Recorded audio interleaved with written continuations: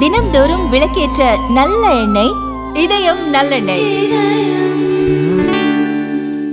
வணக்கம்ங்க. ஆழ்ந்த இரங்கலை தெரிவிச்சுக்கிறேன். இந்த வியட்நாமில் நடந்த தூய விஷயத்துக்காக எங்கள் சிஎம் நேற்று நைட்டே எங்களுக்கு ஆர்டர் போட்டுட்டாங்க. அந்தந்த தொகுதியில் எம்எல்ஏஸ் போய் உடனே போய் அந்த பேரண்ட்டை எடுத்து அவங்களுக்கு என்ன உதவி வேணும் உடனே பண்ண சொல்லியிருக்காங்க. நேற்று நைட்டே வந்தோம். அவங்க ஃபேமிலியில் ரொம்ப சிக்காக, அவங்க ஒய்ஃப் ரொம்ப சிக்காக இருக்காங்க. அதனால் நேற்று நைட் எந்த விஷயம் சொல்லலை. மார்னிங் அவங்களுக்கு விஷயம் தெரிஞ்சிச்சு.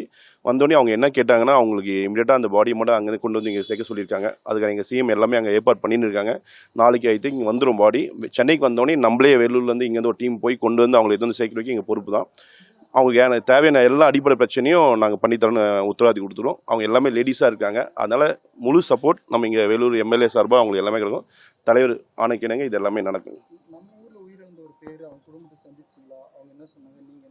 அதாவது வினய்குமார் அவர் பேர். 40 வயசு 42 வயசு தான் இருக்குன்னு நினைக்கிறேன். குழந்தை ஒரு 14 வயசு குழந்தை இருக்காங்க. இல்லை ஒரே ஒரு பெண் குழந்தை இருக்காங்க. அவங்க ஆறுதல் தான் சொல்ல முடியும் ரொம்ப. ஏன்னா இது மனசு நம்மளுக்காக தாங்க முடியாது. அந்த குழந்தை ஃபேஸ் பார்க்கும்போது நம்மளுக்கு ரொம்ப கஷ்டமாக இருந்தது. அவங்களுக்கு தேவையான எல்லா சப்போர்ட்டும் நான் இங்கே பண்ணி தரேங்க. நான் இங்கே தான் இருக்க போகிறோம். அவங்களுக்கு தேவையான எல்லா சப்போர்ட்டும் பாடி வந்தோடனே எடுத்து வந்து கொடுத்துட்டு அவங்க சேர்க்க வைக்க நம்ம எல்லாமே இங்கே தான் பண்ண போகிறோம். பிரபாகரன், சி வினயகுமார் அவங்க மாமனார். அவர் ஒரு கம்பெனியினுடைய டெவலப்மெண்ட் மீட் ஒவ்வொரு வருஷம் ஒவ்வொரு கண்ட்ரியில் நடத்துவாங்க. இந்த தடவை வியட்நாமில் நடத்துறதுக்காக 3 days அவங்கள இன்வைட் பண்ணியிருந்தாங்கன்ட்டு பார்ட்டிசிபேட் பண்ணிக்கிறதுக்காக போனார். அந்த போன இடத்துல இந்த அசம்பாவித நிகழ்ச்சி நடந்து போச்சு. நம்ம தமிழ்நாடு அரசும் மத்திய அரசும் அவங்க பணிகளை நிச்சயமாக நல்லா கரெக்டாக பண்ணிகிட்ருக்காங்க. அதுக்காக ஒரு டிஐஜியும் சேலம் டிஐஜியை டெப்யூட் பண்ணி அனுப்பியிருக்காங்க. நான் மத்திய அரசுக்கிட்டேயும் தமிழக அரசுக்கிட்டேயும் சீக்கிரமாக அவங்க உடலை எங்களுக்கு ஒப்படைச்சா நாங்கள் மீதி இதர காரியங்களை செய்ய முடியும். வந்துட்டுருக்கிற சொந்தக்காரங்களுக்கும் அவங்களுக்கும் சந்தோஷம். ஏன்னா உடம்பை கூட பார்க்க முடியலையன்ட்டு இல்லாமல் இருக்கும். அதனால் நான் 2 அரசுகளும் முயற்சிகள் எடுத்துக்கிட்டு இருக்காங்க. அதில் எந்த குறையும் இல்லை. இன்னும் கொஞ்சம் துரிதமாக எங்களுக்கு கிடைச்சா ரொம்ப சந்தோஷம். அவர் வெள்ளிக்கிழமை அன்னைக்கு அங்கே இருக்கிற மாதிரி வியாழக்கிழமை விடிகாலையில் நைட்டு புறப்பட்டுருப்பாங்க போலுக்கு. ஞாயிற்றுக்கிழமை இங்கே இருக்க வேண்டியது, அதாவது இன்றைக்கி நைட்டு வர வேண்டியது. நேற்று அவங்க சைட் சீயிங் போயிருக்கிறப்ப அந்த போட்டில் பிரச்சனை ஏற்பட்டு தான் இந்த விபத்து ஏற்பட்டிருக்கு. அந்த விபத்தில் தமிழ்நாடு சேர்ந்தவங்க 10 பேர் பாதிச்சிருக்காங்க. அதில் இவரும் அங்கே அந்த போட்டில் மாட்டிக்கிட்டார்.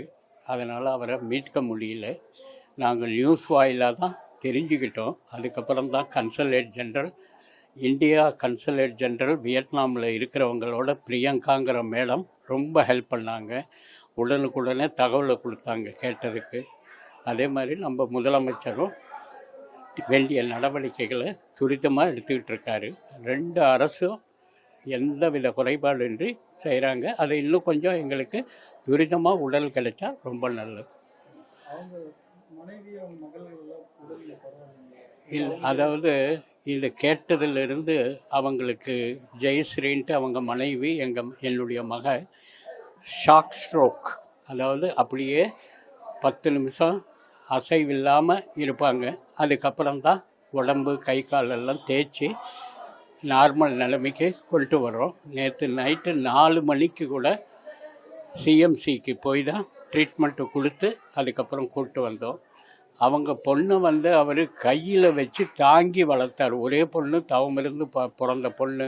அதனால் ரொம்ப செல்லம். ரொம்ப அவங்க 2 பேர்த்தையும் சமாளிக்க எங்களால் முடியல. அதனால் 2 அரசும் எங்களுக்கு துரிதமாக உடம்பை ஒப்படைச்சா